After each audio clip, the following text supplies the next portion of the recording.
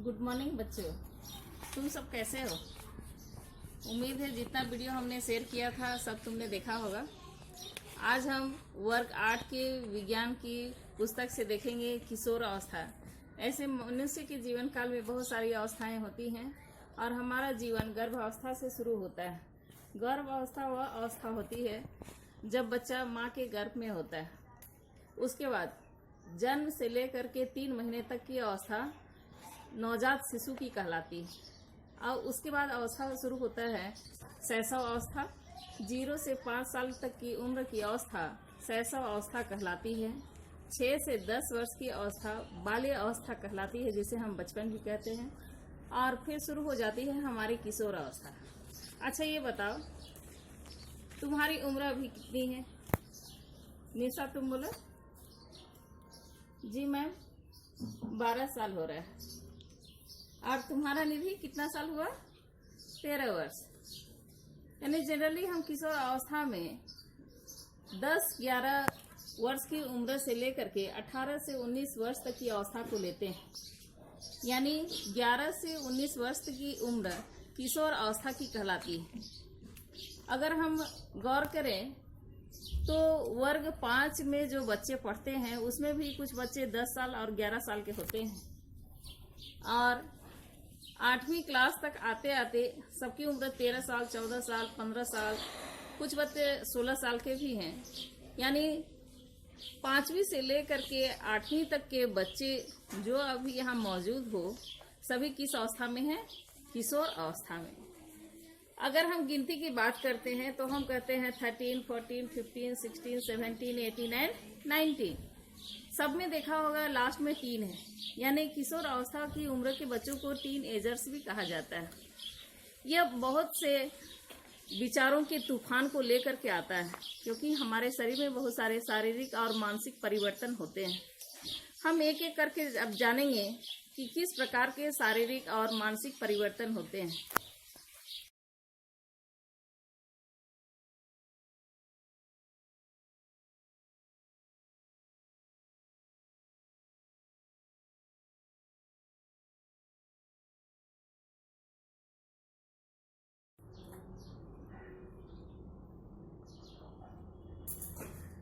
यहाँ हम देखेंगे 0 से 5 वर्ष तक की अवस्था क्या कहलाती है? शैशव अवस्था। 6 से 10 वर्ष की अवस्था बाल्य अवस्था। 11 से 19 वर्ष की अवस्था किशोर अवस्था। उसके बाद आता है युवा अवस्था, प्रौढ़ अवस्था और वृद्धा अवस्था। WHO यानी वर्ल्ड हेल्थ ऑर्गेनाइजेशन, विश्व स्वास्थ्य संगठन के अनुसार 10 से 19 वर्ष तक की आयु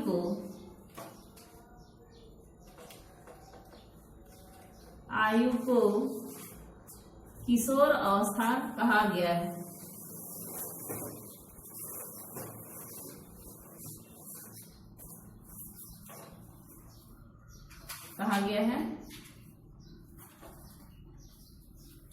इस अवस्था में, किशोर अवस्था में बहुत सारे शारीरिक और मानसिक परिवर्तन होते हैं। हमारे शरीर में बहुत सारे हार्मोन्स भी निकलते हैं। इसके पहले हम जानेंगे कि किशोर अवस्था में जो महत्वपूर्ण लक्षण दृष्टिगोचर होता है वह है लंबाई में वृद्धि। जैसे ही 10 वर्ष की आयु कंप्लीट कर लेते हैं वैसे हमारे शरीर की लंबाई तेजी से बढ़ने लगती है, क्योंकि लंब अस्थियों का विकास होने लगता है। लड़कों के कंधे चौड़े हो जाते हैं, मांसपेशियां मजबूत हो जाती हैं और शरीर गठीला हो जाता है। लड़कियों में शारीरिक बदलाव जो है वो लड़कों की अपेक्षा 2 वर्ष पूर्व से ही प्रारंभ होना शुरू हो जाता है। एक निश्चित आयु तक हमारी लंबाई कितनी बढ़ेगी उसके लिए आपको एक तालिका दिया जा रहा है।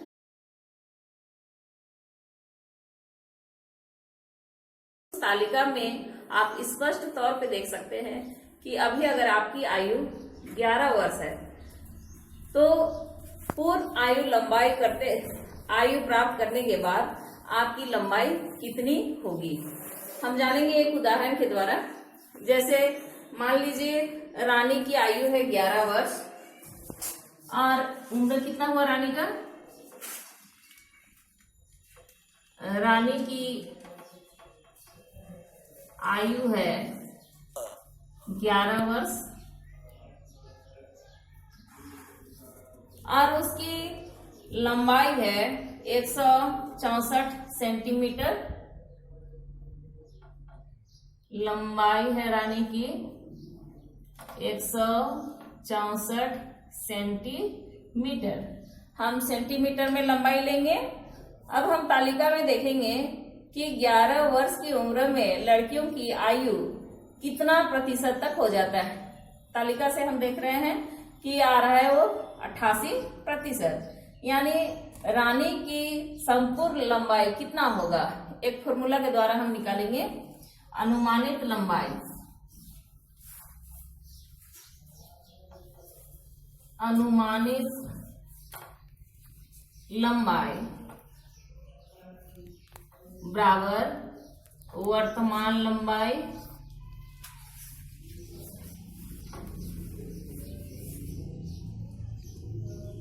बटा सारणी के अनुसार लंबाई का प्रतिशत वर्तमान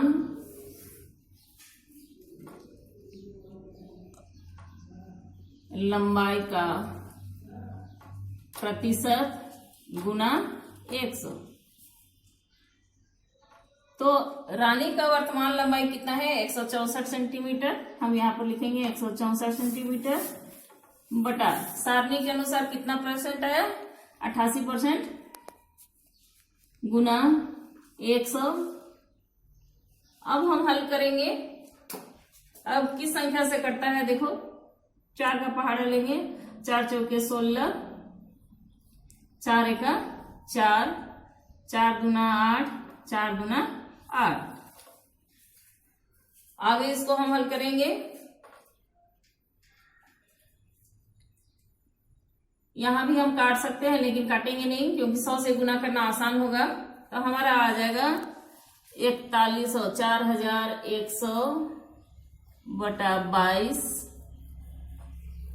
इसको हम भाग दे करके देखेंगे। 4100 को हम भाग दिए 22 से। अब यहाँ देखो 22 दूना 44, 2 बार लेते हैं तो 44 हो जाता है, तो हम एक बार ही लेंगे। 22 का 22 माइनस करेंगे, 1 से 2 नहीं माइनस होगा, 5 ले लेंगे तो हो जाएगा 11। 11 में 2 गया 9 और 3 में 2 गया 1, 1 0 हम बढ़ा देंगे। अब कितना बढ़ जाएगा, 8 दूना 16, 8 बार लेकर के देखते हैं। 8 दूना 16, 8 दूना 16 और एक बाकी बचा था 17। 10 में 6 गया 4, 8 बचा, 8 में 7 गया 1 और फिर हम यहाँ 1 0 लिख देंगे। अब कितना बार जाएगा, 7 दूना 14, 7 बार नहीं जाएगा, 6 बार लेते हैं। 6 दूना 12, 6 दूना 12 और 1 13। 10 में 2 गया 8, 186 सेंटीमीटर, 186 सेंटीमीटर। यानी जब तक पूरी लंबाई प्राप्त होगी, रानी की लंबाई कितनी हो जाएगी टोटल, 186 सेंटीमीटर। आगे हम देख रहे हैं कि 2.5 सेंटीमीटर बराबर 1 इंच होता है। तो इंच में बदलने के लिए हम क्या करेंगे, 186 को 2.5 से भाग देंगे। 186 को किससे भाग देंगे, 2.5 से। दशमलव हम हटा देंगे तो हो जाएगा 186 गुना दशमलव के बदले 1, दशमलव के बाद एक संख्या 1 0 बटा 25 गुना करेंगे 1860 बटा 25। अब हम भाग देंगे, इसको काट सकते हैं। 5 बचे 25, 5 दिया 15, 18 में 15 घटाई बचेगा 3 और 6 36, 5 सते 35, 5 दूना 10।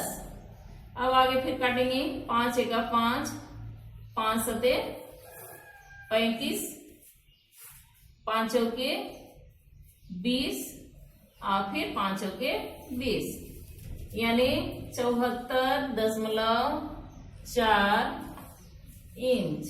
ये हमारा इंच में आया। अब कोई बच्चा बता सकता है कि कितना इंच में 1 फीट होता है?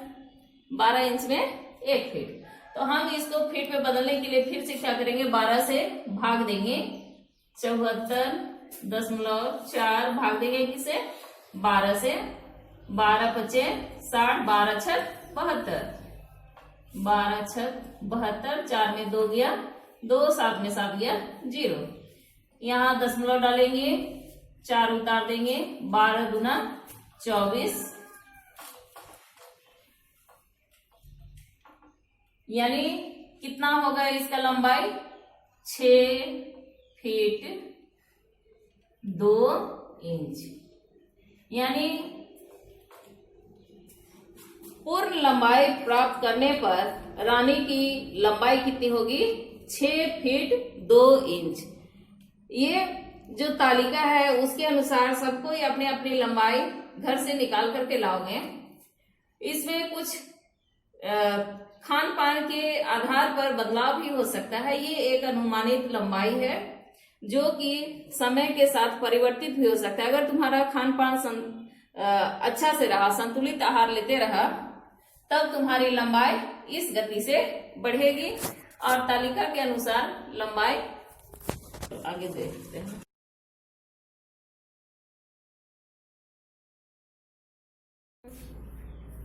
अब हम देखेंगे एडम्स एप्पल। एडम्स एप्पल क्या है? ADAMS Adams, APPLE apple. इसको हम कंठ मणि भी कहते हैं। कंठ मणि यह लड़कों में दिखाई देता है।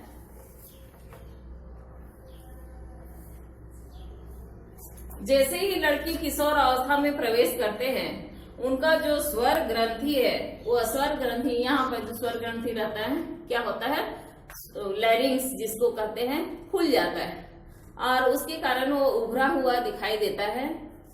किसी किसी में यह स्वर यंत्र इतना फूल जाता है, उनका आवाज फटे हुए बांस की तरह भराया हुआ सा आवाज आता है, लेकिन कुछ समय के बाद सामान्य हो जाता है। यह दिए गए चित्र में स्पष्ट तौर पे देख सकते हो।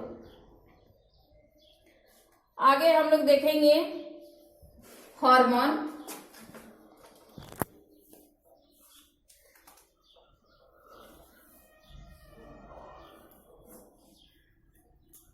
हार्मोन एक रासायनिक पदार्थ है। कैसा पदार्थ है? रासायनिक पदार्थ है। रासायनिक पदार्थ है जो कि हमारे शरीर के अंदरूनी भागों से स्रावित होता है। इसको एंडोक्राइन ग्लैंड्स या अंतःस्रावी ग्रंथियां कहते हैं, जिसे ये स्रावित होता है। एंडोक्राइन ग्लैंड्स या अंतःस्रावी ग्रंथियां, एंडोक्राइन ग्लैंड्स या अंतःस्रावी ग्रंथियां, अंतःस्रावी ग्रंथियां। नाम से ही स्पष्ट है कि ये जो ग्लैंड्स है उसका जो स्राव होगा वह शरीर के अंदरूनी भागों से होगा और इस स्राव में रासायनिक पदार्थ मौजूद होता है जो कि हमारे शरीर के विभिन्न क्रियाकलापों को नियंत्रित करता है। हार्मोन की खोज सबसे पहले बेलिस और स्टर्लिंग, बेलिस और स्टार्लिंग नामक वैज्ञानिकों ने 1902 ईस्वी में पता लगाया था। 1902 ईस्वी में पता लगाया। लेकिन उसकी अवधारणा को स्पष्ट किया 1905 ईस्वी में। 1905 ईस्वी में इसकी संपूर्ण अवधारणा स्पष्ट हुई। एक बार फिर से हम देखते हैं, एंडोक्राइन ग्लैंड्स यानी अंतःस्रावी ग्रंथियां। सर्वप्रथम इसका पता लगाया 1902 ईस्वी में बेलिस और स्टारलैंग नामक वैज्ञानिकों ने, और कि इसकी अवधारणा को स्पष्ट किया 1905 ईस्वी में। तो अंतःस्रावी ग्रंथियों से जो विशिष्ट पदार्थ निकलता है उसको कहते हैं हार्मोन। यह एक प्रकार का रासायनिक पदार्थ है जो हमारे शरीर में होने वाले शारीरिक और मानसिक बदलावों के लिए उत्तरदायी होता है। अब हम इसके बारे में कुछ जानकारी देखेंगे जो महत्वपूर्ण है। सबसे पहला है पीयूष ग्रंथि। सबसे पहला हार्मोन अंतःस्रावी ग्रंथि जो है वो है पीयूष ग्रंथि। पीयूष का अर्थ होता है अमृत। पीयूष ग्रंथि, इसको अंग्रेजी में पिट्यूटरी ग्लैंड भी कहते हैं। पिट्यूटरी ग्लैंड, इसको मास्टर ग्लैंड भी कहा जाता है या मास्टर ग्रंथि भी कहते हैं। एक मास्टर क्या करता है? एक मास्टर जिस प्रकार से पूरे क्लास के बच्चों को नियंत्रित करता है, उसी प्रकार से हमारे शरीर में जितने भी अंतःस्रावी ग्रंथियां हैं उनके स्राव को नियंत्रित करने का कार्य ये पीयूष ग्रंथि करता है। इसीलिए इसका नाम है मास्टर ग्रंथि, जो कि हमारे यहाँ कपाल में स्थित होता है। इस भाग में हमारा पिट्यूटरी ग्लैंड स्थित रहता है। सेकेंड आता है थायराइड ग्लैंड। थायराइड ग्रंथि, जिसको कि थायराइड ग्लैंड भी कहते हैं।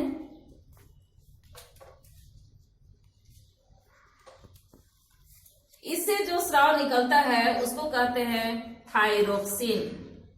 थायरोक्सिन,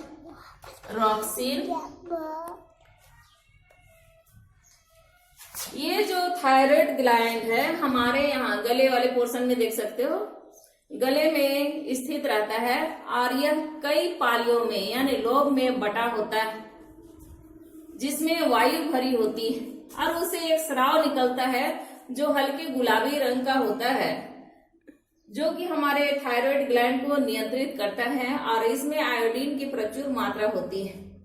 जब थायरोक्सिन का स्राव कम हो जाता है तो हमारे शरीर में आयोडीन की कमी हो जाती है और आयोडीन की कमी होने से कौन सा रोग उत्पन्न होता है? घेघा नामक रोग उत्पन्न होता है। किसकी कमी से? आयोडीन की कमी से। आयोडीन की कमी से घेघा नामक रोग उत्पन्न होता है। इसमें ये जो ग्रंथियां हैं, थायराइड ग्रंथि क्या होती है? फूल जाती है। फूल जाने के कारण हमारा गला सूजा हुआ दिखाई देता है और उस रोग को हम कहते हैं घेघा। अगला है एड्रिनल ग्रंथि। एड्रिनल ग्रंथि, इसको अधिवृक्क ग्रंथि भी कहा जाता है। अधिवृक्क ग्रंथि, अंग्रेजी में इसको एड्रिनल ग्लैंड भी कहते हैं। और इस ग्रंथि से जो स्राव निकलता है उसको एड्रीनलिन कहते हैं। एड्रीनलिन, हिंदी में भी वही लिखाएगा एड्रीनलिन, जो कि हमारी क्रोध की भावना, उत्तेजना की भावना, उसके लिए उत्तरदायी होता है। इसमें आगे हम देखेंगे, इसके अलावा जो एड्रिनल ग्रंथि है वह हमारे ब्लड प्रेशर और हार्ट बीट को भी नियंत्रित करती है और ब्लड में जो शर्करा होती है उसकी वृद्धि के लिए भी उत्तरदायी होता है। ये जो एड्रिनल ग्रंथि है उसका पोजीशन जो है हमारा नाभि, इस तरह से उंगली रखो दोनों साइड, तो हमारे दो किडनी इस तरह से दबा करके देख सकते हो, सामने की ओर नहीं होती है, थोड़ी अंदर धंसी भी होती है। तो हमारे शरीर में कितनी किडनी है? दो किडनी है, जिसको वृक्क भी कहते हैं। और ठीक किडनी के ऊपर में छोटा सा अधिवृक्क ग्रंथि या एड्रिनल ग्रंथि स्थित होता है, जिसे कौन सा निकलता है स्राव? एड्रिनलिन। ये हमारी क्रोध की भावना को उभारता है और हमारे शरीर के ब्लड प्रेशर को भी नियंत्रित करने का काम करता है। अगला हम देखेंगे अग्नाशय।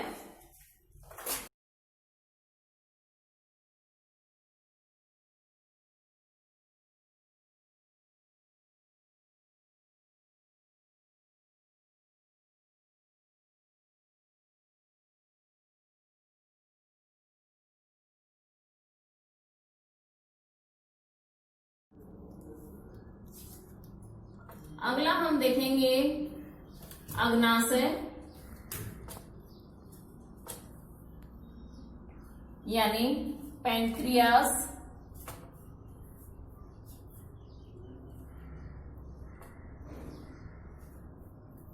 जब हम पाचन तंत्र देख रहे थे उस समय देखे थे कि अग्नाशय से पाचक रस स्रावित होता है, जिसको कि अग्नाशयिक रस, उस पाचक रस का नाम है अग्नाशयिक रस।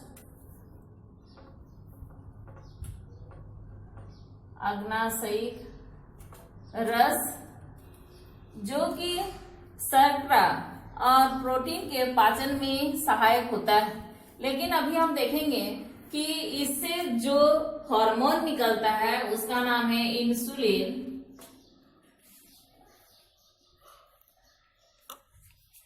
अग्नाशय से क्या निकलता है?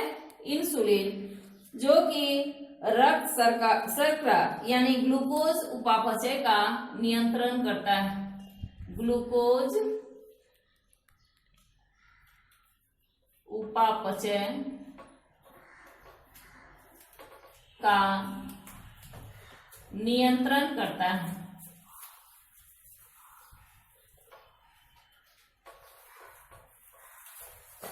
ये जो उपापचय है क्या है?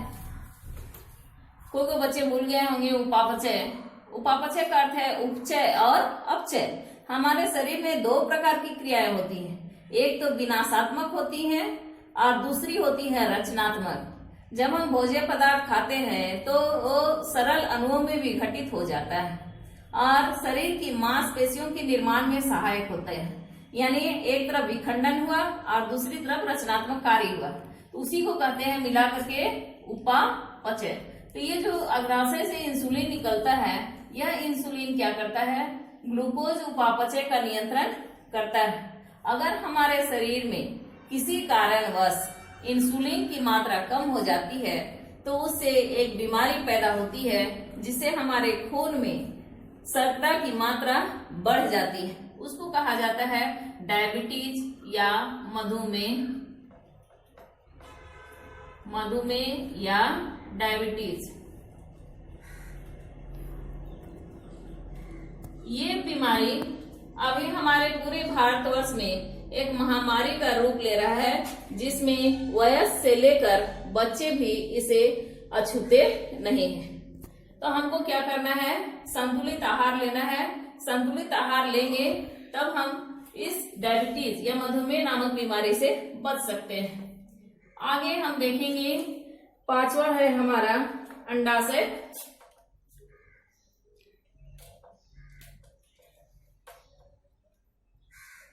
इस अंडाशय या ओवरी, यहां से स्त्री हार्मोन निकलता है। स्त्री हार्मोन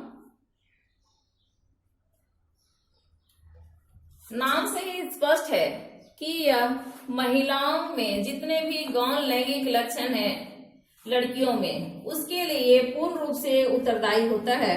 और इसमें 3 प्रकार के हार्मोन हैं। इस स्त्री हार्मोन में 3 प्रकार के हार्मोन हैं।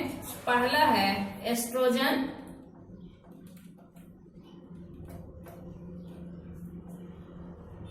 यह लड़कियों में गौण लैंगिक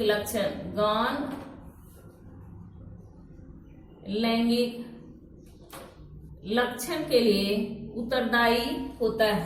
अब लड़कियों में कौन कौन से गौण लैंगिक लक्षण हैं?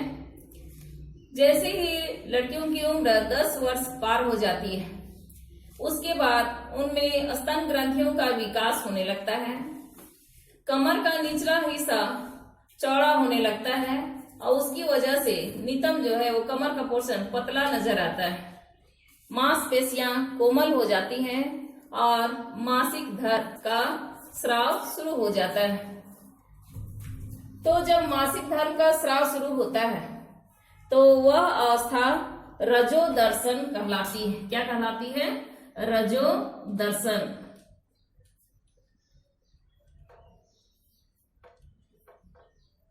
रजोदर्शन वह अवस्था है जब किसी लड़की में पहली बार मेंस्ट्रुअल साइकिल यानी मासिक स्राव शुरू हो जाता है। इसके बारे में हम आगे में डिटेल से देखेंगे। अब उसके बाद 45 से 50 वर्ष की अवस्था में 45 से 50 वर्ष की अवस्था में रजोदर्शन कब शुरू हुआ? 10 से 12 वर्ष के बाद। लेकिन जब उम्र 45 से 50 वर्ष की होती है, इस स्थिति में मासिक स्राव बंद होने लगता है और उसको कहा जाता है रजोनिवृत्ति।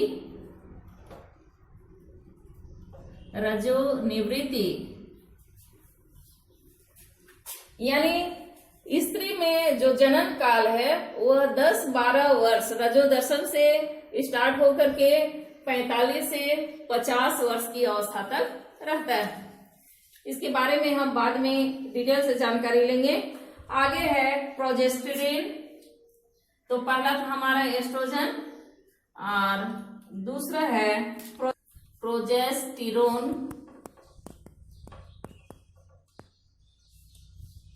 यह स्तन ग्रंथियों के विकास के लिए उत्तरदायी है, यानी स्तन ग्रंथियों की वृद्धि पर नियंत्रण प्रोजेस्टेरोन करता है। स्तन ग्रंथियों की वृद्धि का नियंत्रण।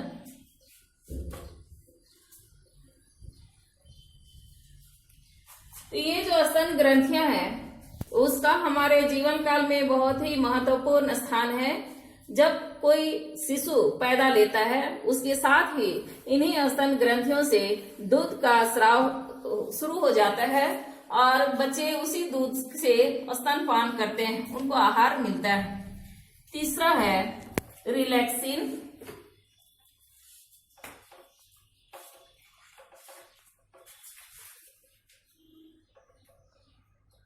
ये क्या करता है? गर्भाशय की मांसपेशी को ढीला करता है। रिलैक्सिन का काम है गर्भाशय यानी यूट्रस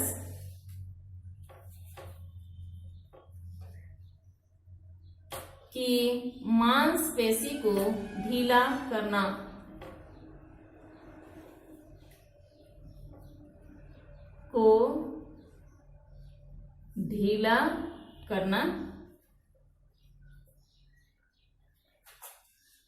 तो अब तक हमने देखा कि अंडाशय, जो इसको हम ओवरी भी कहते हैं, कोई बता सकता है कि कितनी ओवरी होती है? किसी भी स्त्री में ओवरी की संख्या 2 होती है और उससे जो हार्मोन निकलता है उसको कहते हैं स्त्री हार्मोन। और स्त्री हार्मोन में 3 प्रकार के हार्मोन होते हैं। पहला है एस्ट्रोजन, जो कि लड़कियों में गौण लैंगिक लक्षण में अभी हम देखें स्तन ग्रंथियों का विकास, मांसपेशियों का सुडौल हो जाना, आवाज का पतला हो जाना और जनन अंगों का विकसित होना इसमें शामिल है।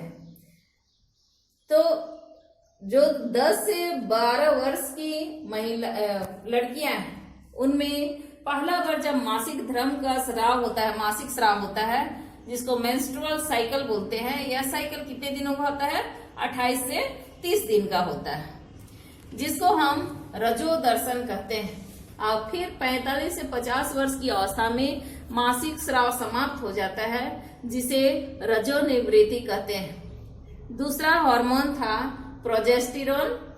यह प्रोजेस्टेरोन स्तन ग्रंथियों की वृद्धि का नियंत्रण करता है। और तीसरा था रिलैक्सिन, जो कि गर्भाशय, जिसको हम यूट्रस भी बोलते हैं, कि मांसपेशी को ढीला करता है। तो ये थे स्त्री हार्मोन के कार्य। आगे हम देखेंगे वृषण।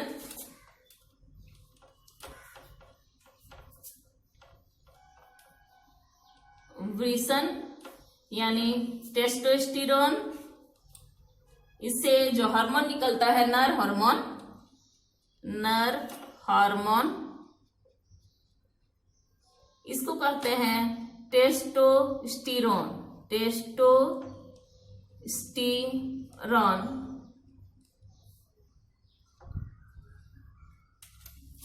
तो जैसा हम देखें स्त्री हार्मोन में स्त्रियों में जितने भी जनन से संबंधित अंग हैं वे विकसित होते हैं, उसी प्रकार से ये जो वृषण है उसे नर हार्मोन टेस्टोस्टेरोन निकलता है और ये नर लैंगिक लक्षण की उत्पत्ति में सहायक होता है। तो नर लैंगिक लक्षण यानी लड़कों में जो गौण लैंगिक लक्षण है क्या क्या है, इसके पहले भी हमने देखा कंधे का चौड़ा होना, मांसपेशियों का मजबूत होना, शरीर का गठीला होना, दाढ़ी मूछों का निकलना और उनमें जो जनन अंग है वो भी विकसित हो जाते हैं। तो एक बार आज के लिए हम देखेंगे आज हमने क्या क्या देखा, फिर से एक बार। तो आज हमने देखा कि ये जो किशोर अवस्था है, इस अवस्था में बहुत सारे शारीरिक और मानसिक बदलाव शुरू हो जाते हैं। विश्व स्वास्थ्य संगठन के अनुसार 10 से 11 वर्ष की उम्र में किशोर अवस्था की शुरुआत हो जाती है, जो कि 18 से 19 वर्ष तक चलती है। अभी तक हमने कौन कौन सी अवस्था देखी? सबसे पहला देखा 0 से 5 साल तक में शैशवावस्था, 6 से 10 साल में बाल्यावस्था, 11 से 19 वर्ष किशोर अवस्था जिसको टीनेजर्स भी कहते हैं, फिर आता है युवा अवस्था, प्रौढ़ अवस्था, उसके बाद वृद्धा अवस्था। उसके बाद हमने देखा कि गौण लैंगिक लक्षण क्या क्या हैं, एडम्स एप्पल क्या है और विभिन्न प्रकार के हार्मोन। अभी तक कितने हार्मोन की हमने चर्चा की? 6। सबसे पहले हमने देखा मास्टर ग्लैंड, जो कि हमारे कपाल में स्थित है। क्या नाम है उसका? पीयूष ग्रंथि या पिट्यूटरी ग्लैंड। मास्टर ग्लैंड इसलिए कहते हैं क्योंकि हमारे शरीर में जितने भी अंतःस्रावी ग्रंथियां हैं सबके स्राव को नियंत्रित करने का कार्य ये करता है।